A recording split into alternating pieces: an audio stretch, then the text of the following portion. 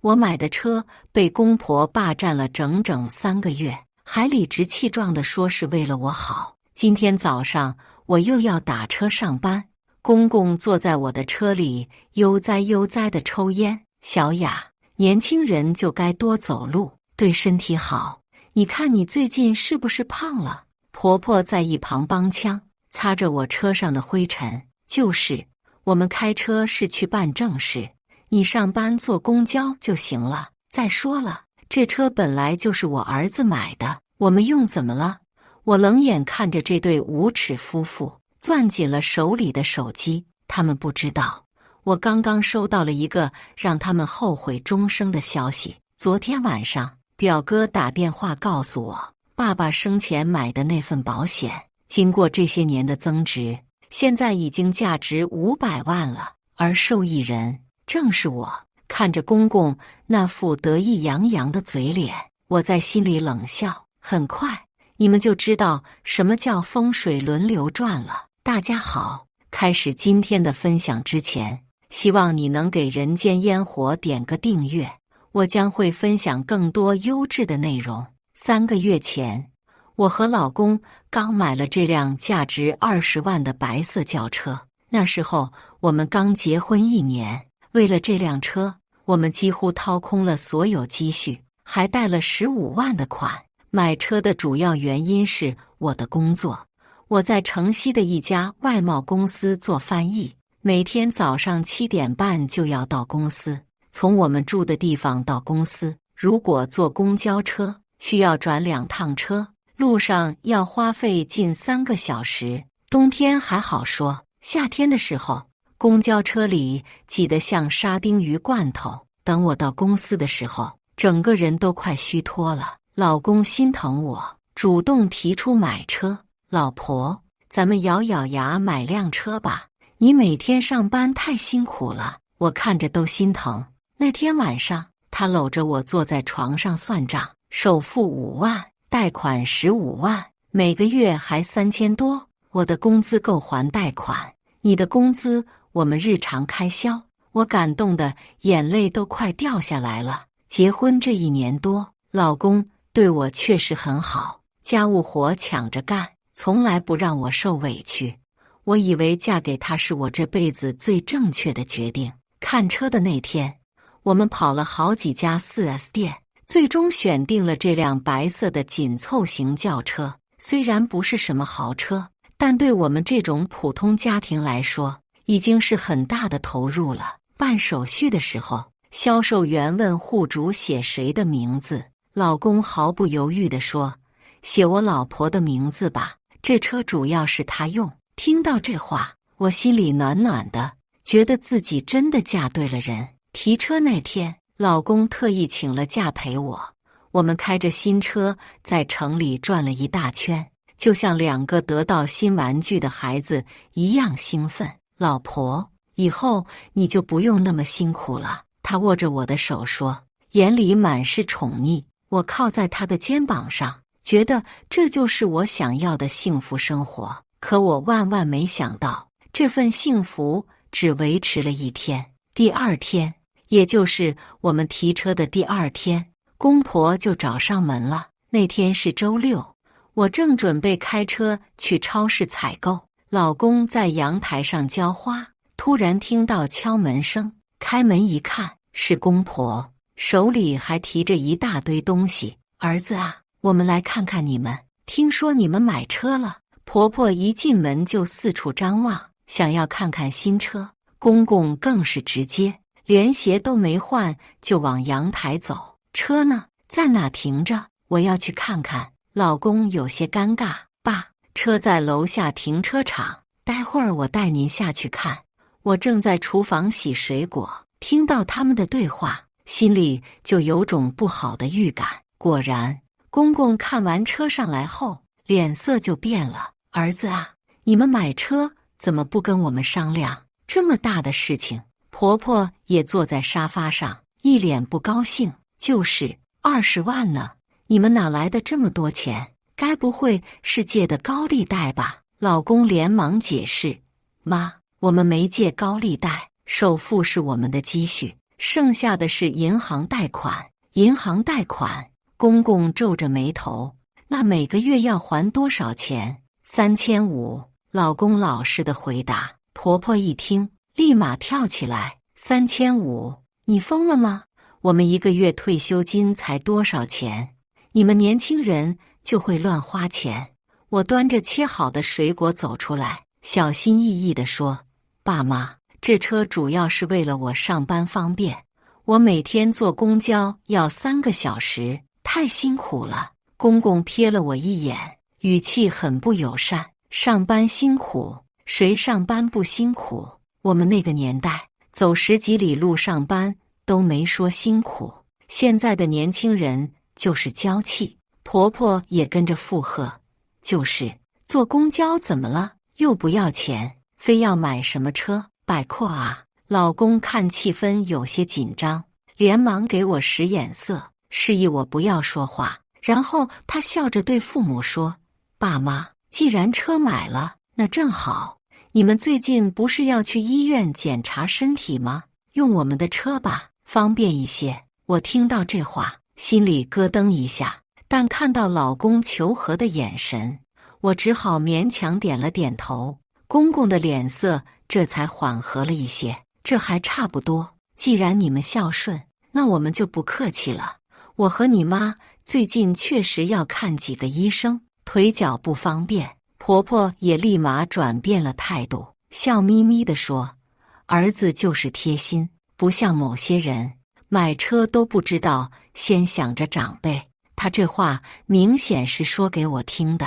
我握着水果刀的手用了用力，强忍着没有反驳。公公站起来，直接朝老公伸手：车钥匙给我吧，我们先用几天，等看完医生就还给你们。老公看了看我，又看了看父母，最后还是把钥匙递了过去。那爸妈，你们小心开车。看着公公接过钥匙那副理所当然的样子，我的心沉到了谷底。我有种预感，这车钥匙恐怕没那么容易要回来了。果然，我的预感是对的。这一借就是3个月，第1个星期我还能理解，毕竟老人确实要去医院检查，用几天车也无可厚非。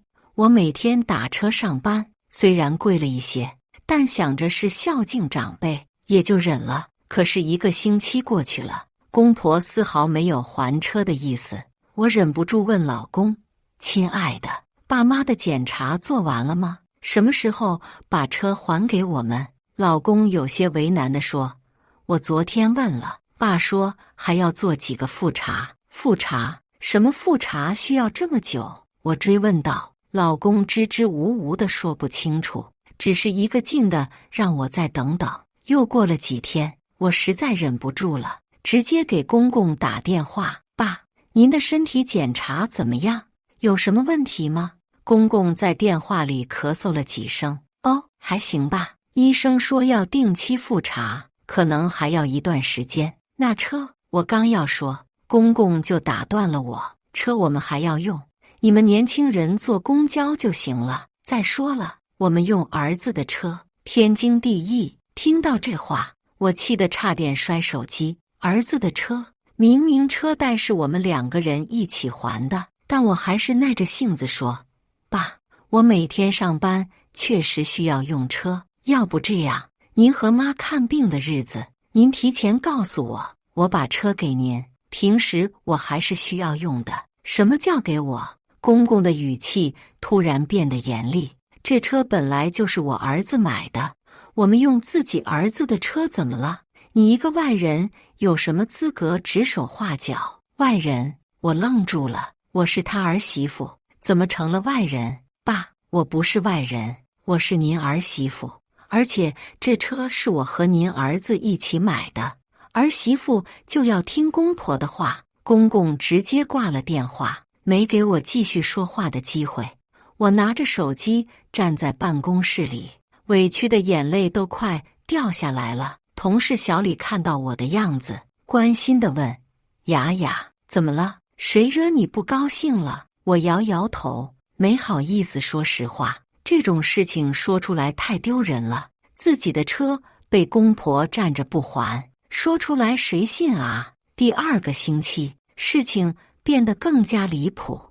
我发现公公开始用我的车接送朋友，婆婆用我的车去菜市场买菜。有一次我加班到很晚，想让老公来接我，结果他说车不在家，去哪了？我问，爸妈开着去朋友家吃饭了。老公无奈地说，吃饭？用我的车去吃饭？我站在公司楼下，看着其他同事一个个被家人接走，心里说不出的委屈。最后我只能自己打车回家，花了40多块钱。第3个星期开始，公婆的行为变得更加过分，他们完全把我的车当成了自己的专车，想去哪就去哪。有一天，我在小区楼下遇到邻居张阿姨，她笑着对我说，小雅，你公婆可真幸福，有个这么孝顺的儿媳妇。我看他们每天开着车到处跑，多自在啊！我勉强笑了笑，没有接话。张阿姨继续说，昨天我还看到你公公开着车去接他的麻将友呢，说是你们小2口孝顺，专门给他们买的代步车。代步车？我简直不敢相信自己的耳朵。公公居然对外说这车是我们专门给他们买的。回到家后，我把这事告诉了老公，老公听了也很尴尬。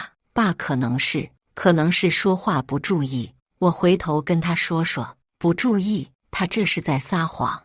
我忍不住提高了声音。老公见我激动，连忙安抚我，老婆，你别生气，爸妈年纪大了，有时候说话确实不太合适，但他们也没有恶意啊，没有恶意，占着我的车不还，还对外撒谎说是我们送的，这叫没有恶意。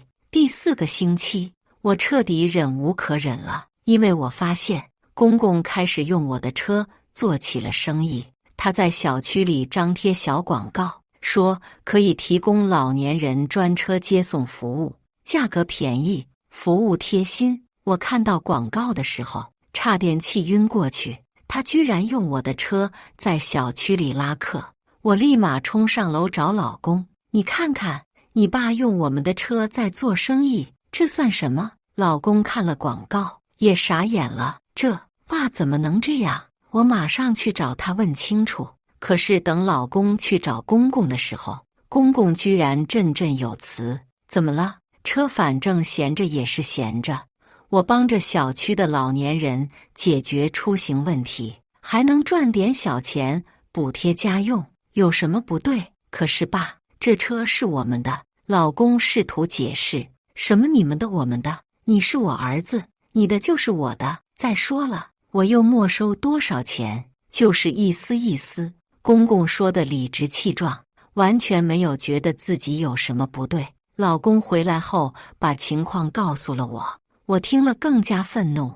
他这是在用我们的车赚钱，万一出了事故怎么办？保险公司会赔吗？老公也很为难，我也跟爸说了，但是他不听啊。他说我胳膊肘往外拐，帮着外人说话。外人？我又成外人了。看着老公一脸无奈的样子，我突然意识到一个问题，在这个家里，我永远都是外人。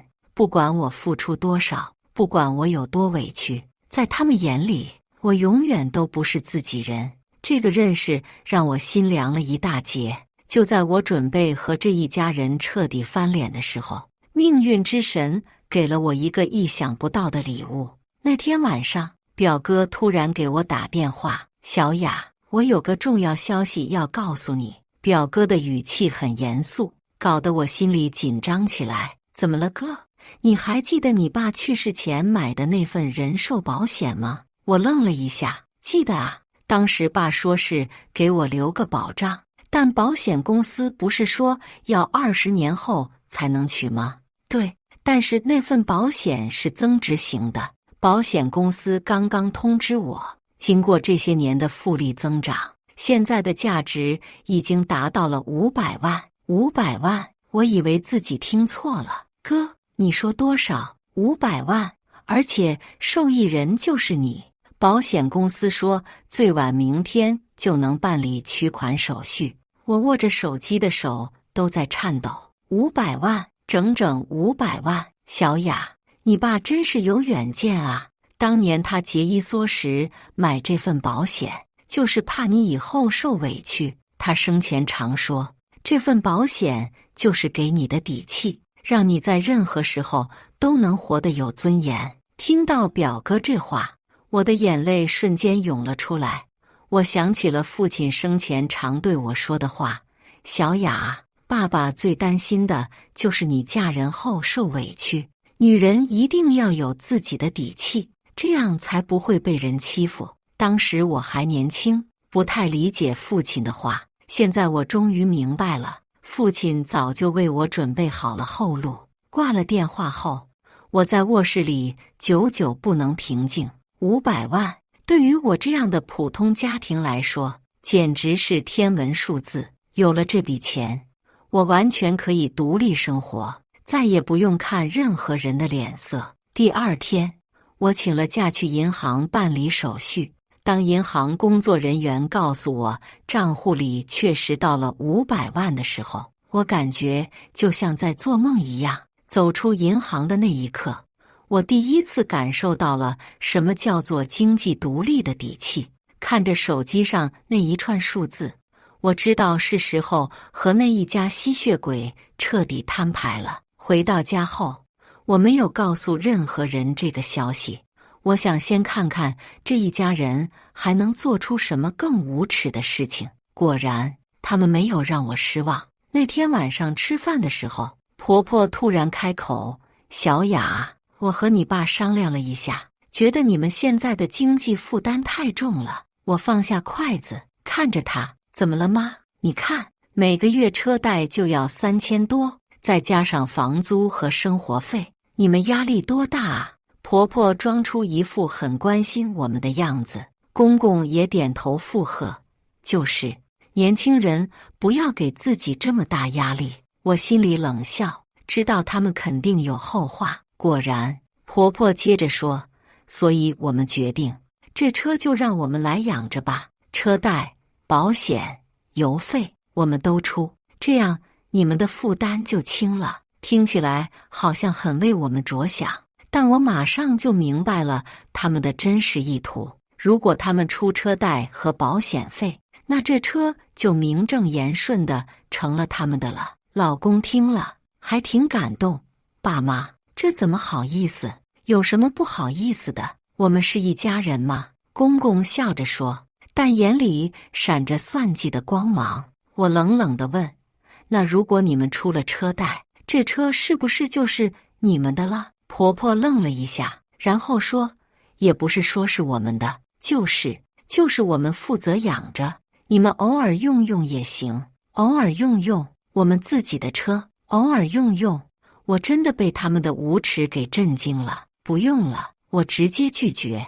车贷我们自己能还。公公的脸色立马变了。什么叫不用？我们好心帮你们减轻负担，你还不领情？我们不需要这种帮助。我的态度很坚决。婆婆也急了：你这孩子怎么这么犟？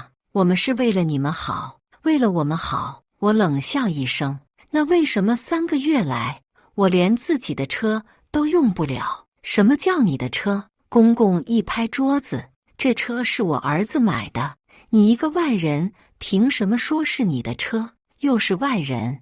我终于忍无可忍了。外人？好，既然我是外人，那我这个外人就不在这里吃饭了。说完我就站起来往外走。老公连忙追出来：老婆，你别生气，爸妈说话就是那样，你别往心里去，别往心里去。我转身看着他们把我当外人，不让我用自己的车，还想要霸占这辆车，你让我别往心里去。老公张了张嘴，想说什么，但最终还是没说出来。我看着他这副懦弱的样子，心彻底死了。我问你，在你心里，我到底算什么？是你妻子还是外人？老公犹豫了很久，最后说：你当然是我妻子，但是但是爸妈也不容易，我们做晚辈的要孝顺啊，孝顺，用我的车叫孝顺。我看着眼前这个男人，突然觉得他很陌生，这还是我曾经深爱的丈夫吗？那天晚上，我一个人坐在卧室里想了很久，我想起了结婚前父亲对我说的话：小雅，结婚不是儿戏，你要看清楚一个人的品格，也要看清楚一个家庭的品格。如果这个家庭不尊重你，那你在这里永远不会快乐。当时我觉得父亲想得太多，老公对我那么好，他的家庭肯定也不错。现在我才明白，父亲的担心是对的。这个家庭从来没有真正接纳过我，在他们眼里，我就是一个外人，一个免费的保姆，一个可以随意欺负的对象。而我的丈夫，在父母和妻子之间，永远选择的是父母。想明白这些后，我做出了一个决定。第二天早上，我照常起床，准备上班。公公已经坐在我的车里，准备出门了。婆婆在一旁擦车，看到我出来，公公摇下车窗，一副施舍的口气说：小雅，今天天气不错，你走路上班吧，当锻炼身体了。你看你最近是不是胖了？多走路对你有好处。婆婆也笑着说：就是，我们今天要去看房子，给小明买学区房，这种大事你一个外人也帮不上忙，就别跟着了。小明是他们大儿子的孩子，也就是老公的侄子，他们竟然要用我的车去给别人家的孩子看学区房。我深吸一口气，掏出手机：你们确定要继续霸占我的车？公公不耐烦地说：什么叫霸占？这是我儿子的车，我们用怎么了？好，我点点头，然后拨通了拖车公司的电话。你好，我要报一个盗车案，有人盗用了我的车，现在就在我家楼下。公婆听到这话，脸色瞬间变了。你疯了！婆婆尖叫道：这是你老公的车。我冷静地看着她，不对，这是我的车，车贷是从我的银行卡里扣的，保险也是我办的，行驶证上写的是我的名字。说着，我拿出了行驶证给他们看，确实，当初为了方便，所有手续都是用我的名字办的。公公急了：你这是要和我们断绝关系吗？断绝关系？我笑了，我早就想断绝关系了，只是一直在等一个合适的机会。这时候，老公从楼上跑下来，他听到了我们的争吵声。小雅，你怎么能报警？那是我爸妈。我转身看着他，心里涌起一阵悲哀。你爸妈霸占我的车3个月，不让我正常上班，你怎么不说他们过分？现在我要拿回自己的东西，你就跳出来当好人。老公被我说得哑口无言。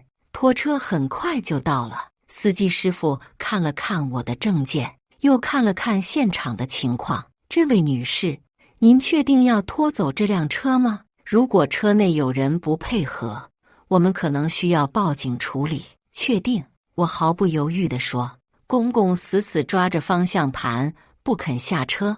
我不下，这车我还要用。司机师傅劝说道：这位大爷，车主要拖走自己的车，这是合法的，请您配合一下。我不配合。公公像个无赖一样赖在车里。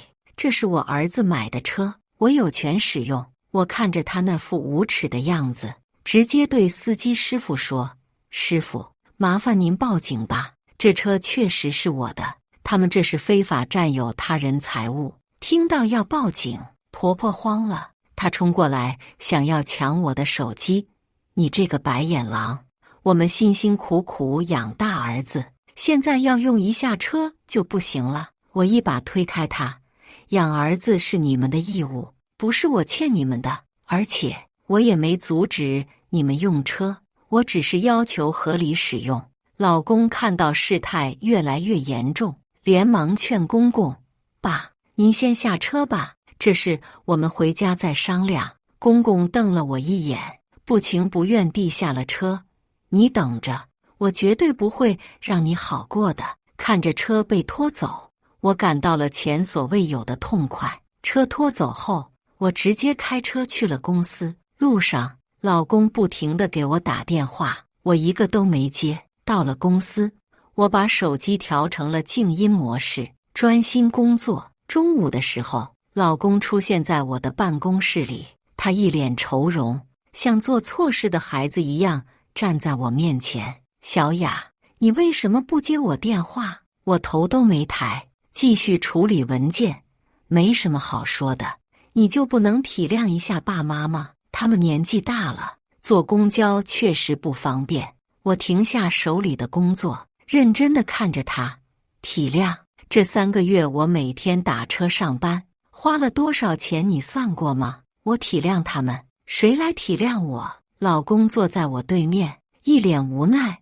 那你说怎么办？总不能真的和爸妈闹僵吧？很简单，我的态度很坚决，要么你们家重新买一辆车给爸妈用，要么就制定一个使用计划，1周3天给爸妈，3天给我，剩下1天你用。老公为难地说，可是我们哪有钱再买车啊？每个月还车贷就已经很紧张了，那就按计划轮流使用。我不肯退让。老公沉默了一会儿，最后说，我回去和爸妈商量一下。下班回家，家里的气氛异常诡异。公婆坐在沙发上，脸色阴沉的可怕。